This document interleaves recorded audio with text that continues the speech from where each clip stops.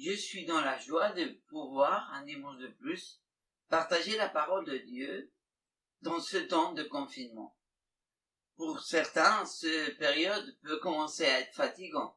Néanmoins, cela peut être une opportunité pour passer plus de temps, pour grandir et se fortifier dans notre relation personnelle avec notre Dieu. Aujourd'hui, j'aimerais partager avec vous le texte qui se trouve dans la première épître aux Corinthiens, chapitre 6, les versets 12 à 20. Tout m'est permis, certes, mais tout n'est pas bon pour moi. Tout m'est permis, c'est vrai, mais je ne veux pas me placer sous un esclavage quelconque. Les aliments sont faits pour le ventre, et le ventre pour les aliments. Certes, cependant un jour, Dieu détruira l'un comme l'autre.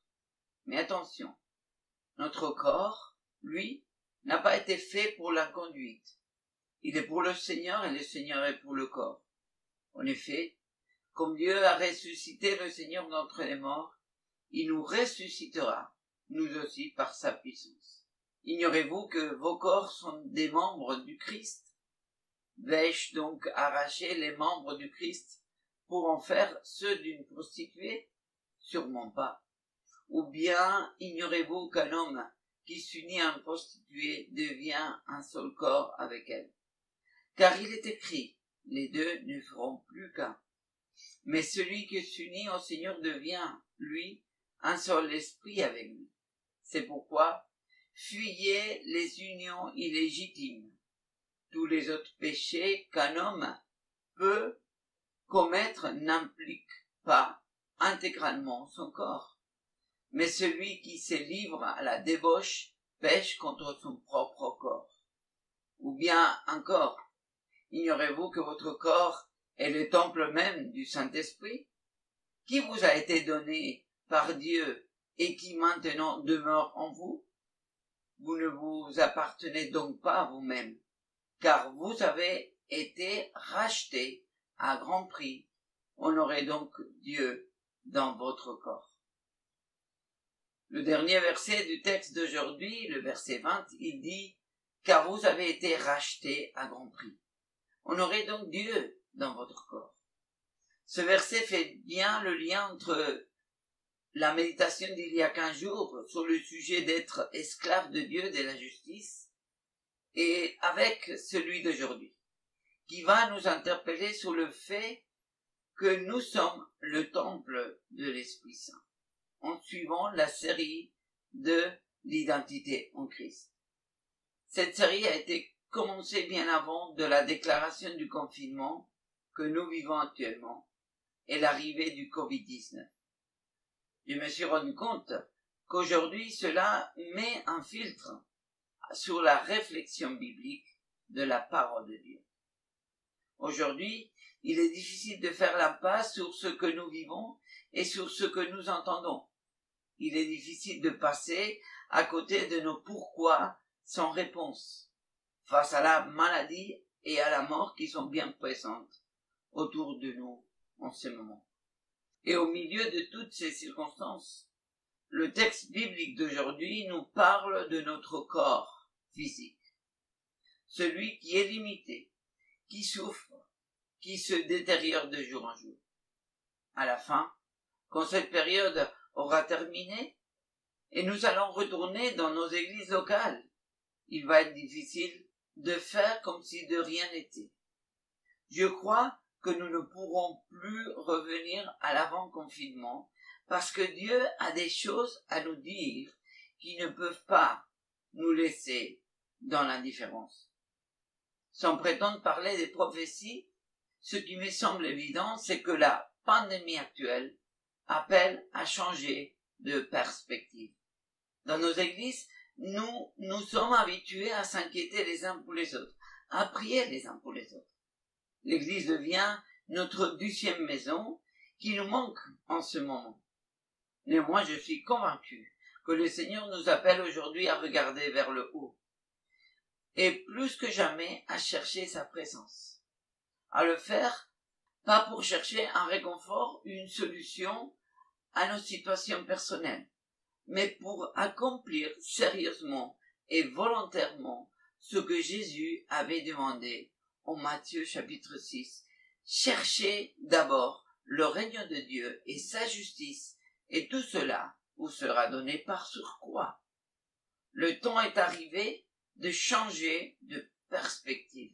Passer de la perspective d'aujourd'hui dans le monde à la perspective de demain avec Christ. C'est bien de ces deux perspectives que je voudrais vous parler ce matin. Commençons par la perspective d'aujourd'hui dans le monde. Lisons le verset 12. Tout m'est permis, certes, mais tout n'est pas bon pour moi. Tout m'est permis, c'est vrai, mais je ne veux pas me placer sous un esclavage quelconque. Avec ces mots, l'apôtre Paul s'adresse à une église qui est bien atteinte par la perspective sociale et environnante de l'époque. Les croyants de Corinthe ont grandi dans une société idolâtre, pratiquant la débauche et l'immoralité. Maintenant, en étant sauvés par Jésus-Christ, l'église de Corinthe vit sur deux perspectives qui sont incompatibles, celle du monde et celle de la vie en Christ. Depuis toujours, l'homme et la femme ont cherché à justifier leur comportement. Adam, le premier homme, qui s'est caché de la présence de Dieu, a cherché tout de suite à se justifier, à faire coller son comportement à une raison valable qui pourrait donner une explication à son action désobéissante. En Genèse 3, nous lisons « C'est la femme que tu as placée auprès de moi, qui m'a donné du fruit de cet arbre, et je l'ai mangé. » Aujourd'hui, pour avancer, nous devons être sincères et conséquents avec nous-mêmes et avec Dieu. Nous connaissons très bien ce que Dieu attend de nous. Pour le savoir, nous n'avons pas besoin de grandes interprétations théologiques ou exégétiques. Il nous suffit de nous mettre à l'écoute de Dieu et de sa parole. C'est de cette manière que nous nous rendrons compte rapidement que ce que Dieu attend de nous est déjà annoncé dans l'Ancien Testament dans la bouche du prophète Michée au chapitre 6. C'est que tu te conduises avec droiture, que tu prennes plaisir à témoigner de la bonté qu'avec vigilance tu vives pour ton Dieu. Se conduire, témoigner et vivre. Trois actions qui touchent notre comportement et notre corps. Tout m'est permis, certes, mais tout n'est pas bon pour moi. La justification des Corinthiens est fondée sur la liberté apportée par Jésus-Christ.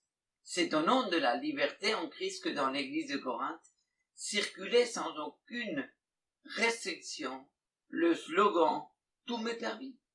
Leur mauvaise compréhension de la liberté provoquait une séparation de ce qui était spirituel et ce qui est charnel, entre le corps et l'âme. La liberté n'est pas synonyme de libertinage. Nous ne sommes pas à l'abri de prendre position à la suite d'une mauvaise compréhension d'un verset de la Bible, sans se préoccuper si ce que je comprends pour moi et en ce moment est en cohérence avec la Bible tout entière. Ce slogan que j'ai érigé à partir de ce verset ou de ce petit texte biblique qui répond aux besoins de ma vie dans la perspective d'aujourd'hui dans le monde et qui justifie ce que je fais, ce que je dis, ce que je pense, doit aussi répondre à ce que Dieu attend de moi, c'est-à-dire que je me conduise avec droiture, que je prenne plaisir à témoigner de la bonté et qu'avec vigilance, je vive pour mon Dieu. Dans la réponse que Paul donne à Corinthiens, il y a un changement de registre. Tout m'est permis. La compréhension des Corinthiens sur la liberté est vue sous un registre juridique, sous un code de conduite, ce qui est permis et ce qui n'est pas permis. C'est ainsi que l'homme et la femme rentrent sur le terrain de la loi, en disant que si une chose est permise, elle est bonne, mais au contraire, une chose qui n'est pas permise n'est pas bonne. C'est ainsi que nous pouvons expliquer les extrêmes que nous pouvons voir dans les différentes églises, celles qui sont dites légalistes ou celles qui sont dites libérales. Mais au fond, sur quelle perspective considérons-nous notre conduite dans la liberté que nous avons par notre identité en Christ? L'apôtre Paul n'utilise jamais des termes comme permis ou pas permis. Il ne met pas une liste d'interdictions face à la pratique de la liberté en Christ. Verset 13. Les aliments sont faits pour le ventre et le ventre pour les aliments. Certes. Cependant, un jour, Dieu détruira l'un comme l'autre. Mais attention, notre corps, lui, n'a pas été fait pour l'inconduite. Il est pour le Seigneur et le Seigneur est pour le corps. Il est vrai que l'apôtre Paul nous présente le corps en Romains 7, en considérant ses membres. Il se demande, qui me délivrera de ce corps voué à la mort? Néanmoins, en parlant de la liberté, au verset 13 de notre texte, il fait bien la différence entre les membres du corps, le ventre, qui sera détruit, et le corps, qui sera pour le Seigneur. Nous pouvons continuer à considérer notre corps dans la perspective d'aujourd'hui dans le monde, qui va nous apporter une série de choses permises ou pas, pour satisfaire et combler, finalement, les besoins physiologiques de notre corps. Ou bien nous pouvons considérer notre corps comme le don que Dieu a fait, pour que, d'une manière concrète, nous puissions entrer en relation et en interaction avec lui-même et avec les autres. Ce corps, qui est le nôtre, nous permet de nous exprimer dans tous les sens de terme, afin de se conduire, témoigner et vivre pour accomplir ce que le Seigneur attend de nous. Notre corps physique est le lieu et l'instrument de l'exercice de la liberté garantie par le Christ, en posant lui-même la limite et le cadre pour vivre dans cette liberté qui va nous permettre de chercher d'abord le règne de Dieu et sa justice dans la perspective de demain en Christ. Nous arrivons au deuxième point, la perspective de demain avec Christ. Pour permettre aux Corinthiens de changer de perspective, l'apôtre Paul va attirer leur attention sur trois choses que le croyant ne peuvent pas ignorer. Trois choses que d'après moi et dans le temps que nous vivons actuellement, nous ne pouvons plus continuer à ignorer. Tout d'abord au verset 15. Ignorez-vous que vos corps sont des membres du Christ? Au chapitre 12 de cette première lettre aux Corinthiens, Paul prendra l'image du corps pour parler de l'Église, en disant qu'elle est le corps de Christ. Néanmoins, au verset 15 de ce chapitre d'aujourd'hui, l'apôtre Paul mentionne aussi le corps, mais cette fois-ci pour parler de la place du croyant dans l'Église, le corps de Christ. Cette relation avec Christ, cette identité en Christ, se fait concrète par la foi, mais aussi par une relation exprimée par notre corps physique, dans l'Église et en dehors de l'Église. Notre corps physique fait de nous ce que nous sommes. C'est grâce à nos corps physiques que nous pouvons nous parler, nous regarder, échanger, nous encourager, témoigner.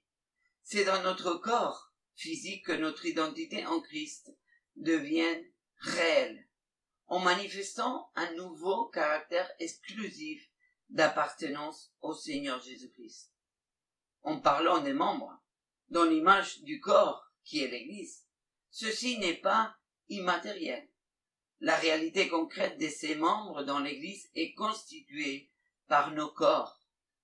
Nous ne pouvons pas faire ou continuer à faire ce qui nous plaît avec nos corps comme si cela concernait à quelque chose externe à la foi. Cette vision des choses va à l'encontre direct de notre identité en Christ. Et nous le voyons dans la deuxième réalité que nous ne pouvons plus ignorer. Verset 16.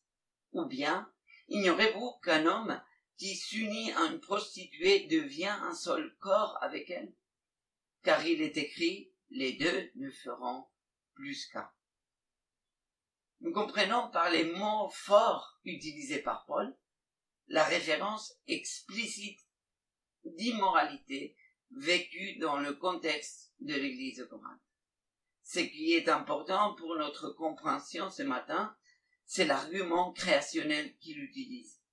Car il est écrit, les deux ne feront plus qu'un. Cet argument exprime la volonté de Dieu au moment où Dieu a créé et façonné le corps de l'homme et la femme. Nous pouvons penser que nous sommes les mieux placés pour savoir ce qui convient à notre corps. Mais nous devons admettre que celui qui vraiment le sait, c'est le créateur de notre corps. L'utilité que nous faisons de notre corps n'est pas extérieure et sans conséquence pour nos relations, mais tout le contraire. L'utilité de notre corps touche intégralement toute notre personne, physique, morale et spirituelle. Verset 17. Mais celui qui s'unit au Seigneur devient, lui, un seul esprit avec lui. Notre corps n'est pas multifonctionnel. Il ne peut pas avoir différentes unions à la fois, car ils feront plus qu'un. L'union que nous réalisons avec notre corps va être toujours exclusive et sans partage. Dans ces jours que nous vivons actuellement, où la pandémie du Covid-19 nous met en face de la faiblesse et aux limites de nos corps physiques, nous ne pouvons pas ignorer la troisième réalité qui touche à notre identité en Christ. Verset 19. Ou bien encore, ignorez-vous que votre corps est le temple même du Saint-Esprit qui vous a été donné par Dieu et qui, maintenant, demeure en vous? Vous ne vous appartenez donc pas à vous-même. Nous ne pouvons pas continuer sans prendre en compte d'y vivre selon la réalité de notre corps physique dans notre identité en Christ. Nous sommes le temple du Saint-Esprit. Il ne s'agit pas que de la partie spirituelle de nous-mêmes, mais il s'agit aussi de notre corps physique qui doit exprimer la réalité de ce temple de l'Esprit Saint. Le mot grec utilisé dans ce texte fait référence au sanctuaire, l'endroit où pendant l'époque de l'Ancien Testament se trouvait la présence de Dieu. Autrement dit, notre salut, notre nouvelle vie en Christ, notre qualité d'enfant de Dieu se fait concrète dans notre corps physique par la présence du Saint-Esprit. Celui en qui l'Esprit Saint a fait sa demeure ne peut pas dire « c'est mon corps, j'ai le droit d'en faire ce que je veux ». Nous ne pouvons pas continuer à penser qu'il s'agirait d'une question de droit, de savoir ce qui est permis ou pas, pour l'appliquer bêtement. C'est une question de discernement selon notre identité en Christ. Autrement dit, nous ne pouvons pas continuer à nous conformer à la perspective d'aujourd'hui dans le monde et continuer à faire chacun comme bien lui semble. Et à la fin, on verra qui avait raison. Il s'agit plutôt de vivre selon la perspective de demain avec Christ, afin qu'en étant le temple du Saint-Esprit, nous sachions, dans ces jours que nous vivons, chercher d'abord le règne de Dieu et sa justice par des actions concrètes vécues dans nos corps physiques qui puissent nous aider à nous conduire, témoigner et vivre et ainsi faire ce que Dieu attend de nous. Pour le reste, Dieu, dans sa fidélité et par sa puissance, nous le donnera en plus. Pour conclure, nous pouvons dire, tout est permis. Oui, c'est vrai, dans la perspective d'aujourd'hui dans le monde. Mais ce qui nous convient dans ces jours où l'Église doit être le témoin vivant et concret de ce que Dieu veut dire au monde, c'est de vivre plus que jamais selon notre identité en Christ, qui fait de nous et de nos corps physiques le temple de l'Esprit Saint. Soyons bénis, fortifiés et encouragés par l'Esprit de Dieu qui habite en nous, afin que nous puissions accomplir ce que Dieu attend de nous. Que le Seigneur vous bénisse et vous garde. Amen.